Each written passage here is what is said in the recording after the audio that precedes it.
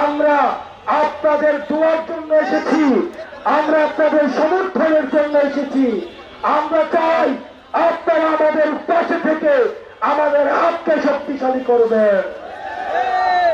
আপনারা যদি আমাদের পাশে থাকেন, আমরা বলতে পারি দুনিয়ার কোন জালেম আমাদেরকে রাস্তা থেকে উঠাতে পারবে না।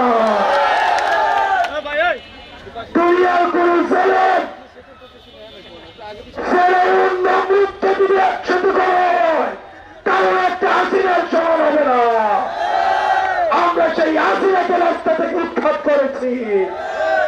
আমরা আপনাদেরকে সাথে নিয়ে এখন চাঁদাবাজদেরকে উৎখাত করবো, দুর্নীতিবাজকে উৎখাত করবো।